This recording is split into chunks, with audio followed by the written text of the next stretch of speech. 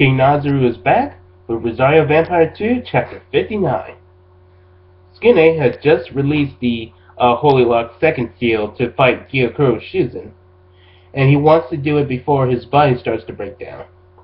Inamoka wants to help, but Hogato tells her not to interfere, because Skune wants this to be his last fight, and he's willing to sacrifice himself for his friends. And Gyokuro calls Skune's wound on her shoulder a mere fluke, and she promises to teach him the difference in status between them in combat. Wait a second. Gyokuro Shuzen is a calm, collected, proper leader of the Shuzen family. I mean, though she has her moments of insanity at some times. She's extremely powerful, and she has an elitist complex. Oh my god. Akira Akihasa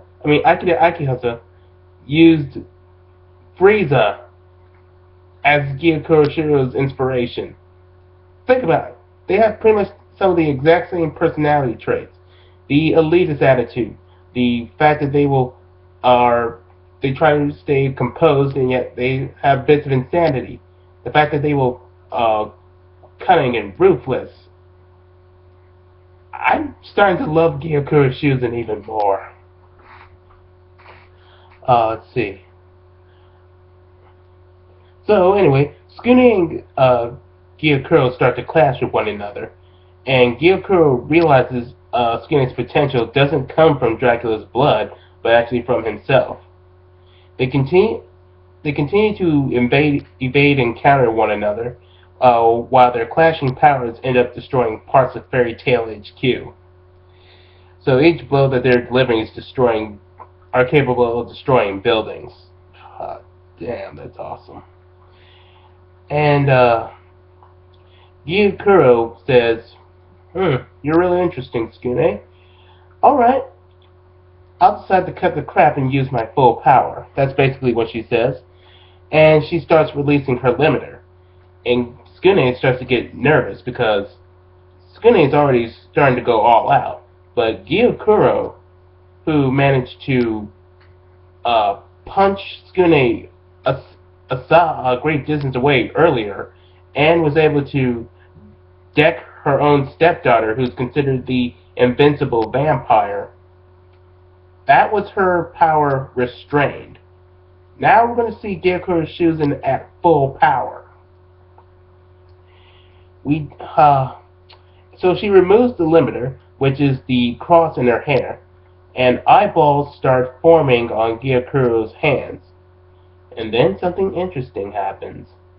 She then starts to use the ghost bomb to electrocute Skune, then burns him with the hazy flame wheel. Gyokuro says that she is able to do this using her enemy zero ability, which is basically whenever she senses an enemy or a friend, she is able to use the eyeballs on her hands to copy their abilities. And don't any of you dare say that Gyokuro Shuzen is like the Uchihas. She is nothing compared to those emo pussies. Anyway, Gyokuro then starts striking at Skune with the Jigentao, and says that she is above Skune and he should cry and beg for mercy, just like her pathetic stepdaughter Mocha. But Skune then decides to block Gyokuro Shuzen's Jigentao with his Mui Tao, also known as the Shadowless Sword of Darkness, which I say is an awesome title attack. Skune says that Gyokuro should be the one to apologize for staining her family's name, which includes Mocha, and then he starts to overpower her. Skune then does a cross slash with the Mui Tao and damages Gyokuro Shuzen's ribs and internal organs. Gyokuro thinks that she's being bested because Skune is a fighting type vampire while she's a sensory type vampire.